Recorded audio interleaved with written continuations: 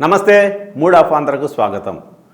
కూటమి విచ్ఛిన్నానికి కారకులు ఎవరైనా ఉన్నారంటే భవిష్యత్తులో ఎమ్మెల్సీ నాగబాబు గారే అవుతారని అనడంలో ఎలాంటి సందేహం లేదు. ఈరోజు రేపు ఆయన పిఠాపురం నియోజకవర్గంలో పర్యటించనున్నారు. ఈ సందర్భంగా పలు అభివృద్ధి పనులకు ఆయన శంకుస్థాపన కూడా చేస్తారంట.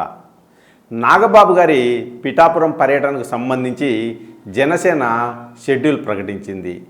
నాగబాబుతో పాటు అభివృద్ధి పనుల్లో ఎమ్మెల్సీ అయినటువంటి హరిప్రసాద్ గారు, అట్లనే టిట్కో చైర్మన్ అజయ్ కుమార్ గారు, ఇంకా పిఠాపురం ఇన్ఛార్జ్ మరెడ్డి శ్రీనివాస్ గారు పాల్గొంటారని జనసేన స్పష్టం చేసింది.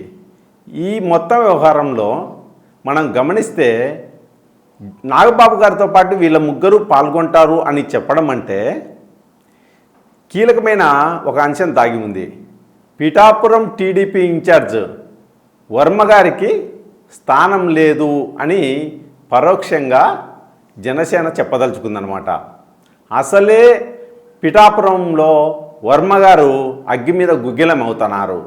నాగబాబు గారు ఆ మధ్య జనసేన ఆవిర్భావ సభలో పవన్ కళ్యాణ్ గెలుపులో తామే కీలక పాత్ర పోషించామని ఎవరైనా అనుకుంటే అది వాళ్ళ కర్మ అని వర్మ గారిని ఉద్దేశించి పరోక్షంగా ఘాటు విమర్శ చేసినారు. అప్పటి నుంచి వర్మ గారు తీవ్రమైన ఆగ్రహంతో రగిలిపోతాండారు. ఎట్లయినా సరే జనసేనను ఇబ్బంది పెట్టాలని ఆయన కంకణం కట్టుకున్నారు. అందుకే పిఠాపురం నియోజకవర్గం అంతా ఆయన ఇంటింటికి తిరుగుతాండారు. పిఠాపురం నియోజకవర్గంలో సమస్యలపైన ప్రజలను అడిగి తెలుసుకుంటాండారు. అట్లనే కలెక్టర్ గారికి, ఆర్డీఓ గారికి, ఇతర అధికారుల దృష్టికి పిఠాపురం సమస్యలను తీసుకుపోతున్నారు.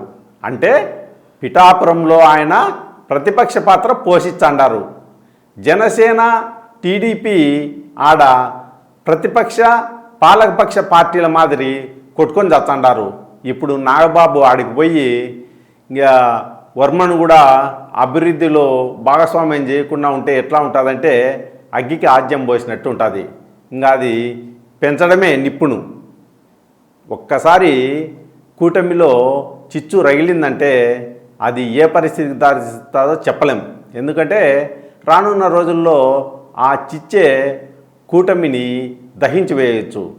ఎంత పెద్ద మంటకైనా ఒక చిన్న అగ్గిపుల్లే కదా కారణమయ్యేది. ఏం రాజకీయాల్లో ఎవరు శాశ్వతం కాదు. రేపు కూటమి ఈరోజు ఉన్నట్టే ఉంటుందనే నమ్మకం లేదు.